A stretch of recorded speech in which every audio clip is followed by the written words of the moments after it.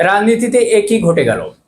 দর্শক, রাতারাতি বদলে গেল পুরো দৃশ্যপট। যে ঘটনাকে কেন্দ্র করে বাংলাদেশ জামাত ইসলামকে পুরোপুরি কোণঠাসা করার মহাপরিকল্পনা সাজানো হয়েছিল, সেই ঘটনাকে পুঁজি করে চরমনায় ছাত্রদল বিএনপি একযোগে মাঠে নেমেছিল রাজনীতি করতে। ঠিক 24 ঘন্টার ব্যবধানে সেই পুরো পরিস্থিতি এখন সম্পূর্ণ জামাতের নিয়ন্ত্রণে। দর্শক, ধানমন্ডি 32 নম্বরে জামাতের বিক্ষোভ মিছিল থেকে সাংবাদিকদের সাথে ঘটে যাওয়া অনাকাঙ্ক্ষিত ঘটনাকে কেন্দ্র করে যারা জল ঘোলা করার চেষ্টা করেছিল, যারা নোংরা রাজনীতি করতে চেয়েছিল, তারা এখন নিজেদের পাতাফাতে নিজেরাই যেন ধরা খেয়েছে।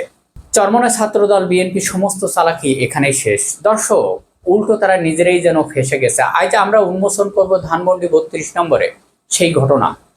জামাত এমন এক বিরল দৃষ্টান্ত স্থাপন করেছেন যা বাংলাদেশ রাজনীতি ইতিহাসে সচরাচর দেখা যায় না।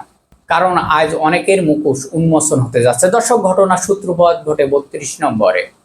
জামাত ইসলামের একটি বিক্ষোভ মিছিল চলাকালীন সময় সাংবাদিকদের সাথে একটি অনাকাঙ্ক্ষিত দুঃখজনক ঘটনা ঘটে। বিষয়টি নিশ্চিতভাবে সচেতন মানুষ এর প্রতিবাদও করেছেন।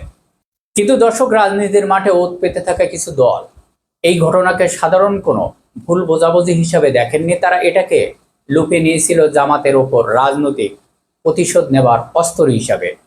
বিশেষ করে বিএনপি, যুব ছাত্র দল, চরমনায় কর্মী সমর্থকরা সামাজিক মাধ্যমে থেকে শুরু করে সর্বস্তরে এমনভাবে ঝাঁপিয়ে পড়ল যেন তারা হাতে চাঁদ পেয়েছে।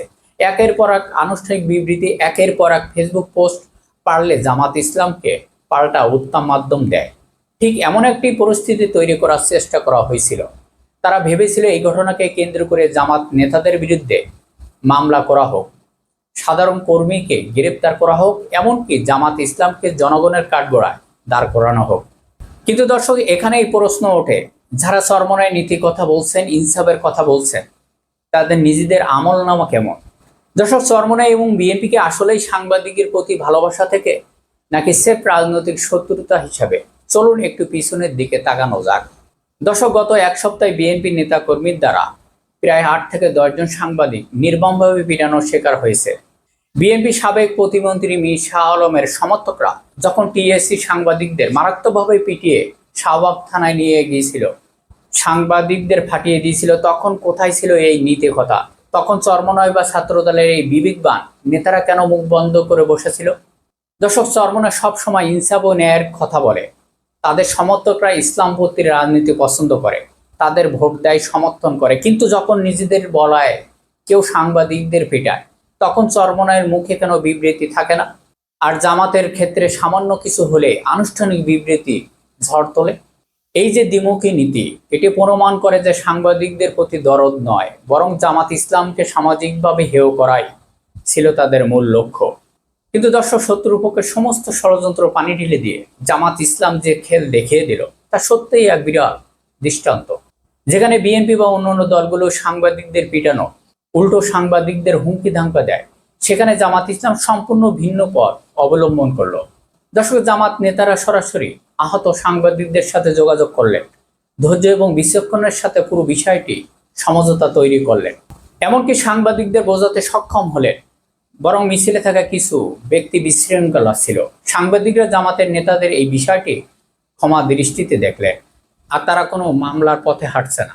কারণ তারা বুঝতে পেরেছেন জামাত এখানে স্বচ্ছতা দেখাচ্ছেন। শুধু তাই নয় দর্শক, জামাত এখানেই থেমে থাকেননি। তারা এই ঘটনার তদন্ত কমিটি গঠন করে ঘটনার সত্যতা যাচাই করেছে এবং তাৎক্ষণিকভাবে সুপারিশের ভিত্তিতে 4 জন অভিযুক্ত কর্মীকে দল থেকে আজীবনের জন্য বহিষ্কার করেছে। এটি হলো সাংগঠনিক ব্যবস্থা যা বাংলাদেশ রাজনীতিতে সত্যিই বিরল।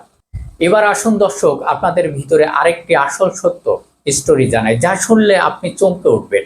সমকালের যে সাংবাদিক এই ঘটনার শিকার হয়েছিলেন, তিনি নাকি একসময় ছাত্র শিবিরের রাজনীতির সাথে সম্পর্কিত ছিলেন। আর এই ঘরের ছেলে ঘরের লোকের সাথে ভুল বোঝাবুঝি শিকার হয়েছিল। এখন আপনারাই বলুন দর্শক, এই জামাত ইসলামের সংগঠনের বিরুদ্ধে মামলা করবে? কখনই না। আর এই কারণেই চরমনায় বিএনপি ছাত্র দলের পাতাফাত পুরোপুরি ভেস্তে গেছে। দর্শক, তারা ভেবেছিল গ্রেপ্তার হবে, পুলিশ ঝামেলা হবে, কিন্তু জামাতের রাজনৈতিক বিচক্ষণতার কাছে তাদের সব চালাকি শেষ হয়ে গেল। দর্শক, দিন শেষে এটাই প্রমাণিত হলো, রাজনীতি কাদা ছড়াছড়ি করে সাময়িকভাবে কাউকে বিপদে ফেলার চেষ্টা করা গেলেও দিন শেষে সত্য এবং ইনসাফের জয় হয়। জামাত প্রমাণ করে দিল তারা যে কোনো পরিস্থিতি ঠান্ডা মাথায় নিজেদের নিয়ন্ত্রণে নিয়ে আসতে পারে। এই বিষয়টা আপনার কি মনে হয়? চরমনাই এবং বিএনপির এই দ্বিমুখী রাজনীতি আপনি কিভাবে দেখছেন? আর জামাতের এই তাৎক্ষণিক বহিষ্কার সিদ্ধান্ত কি আসলেই প্রশংসনীয়? অবশ্যই আপনার মতামত কমেন্ট করে জানান। সবাই ভালো থাকবেন। ধন্যবাদ।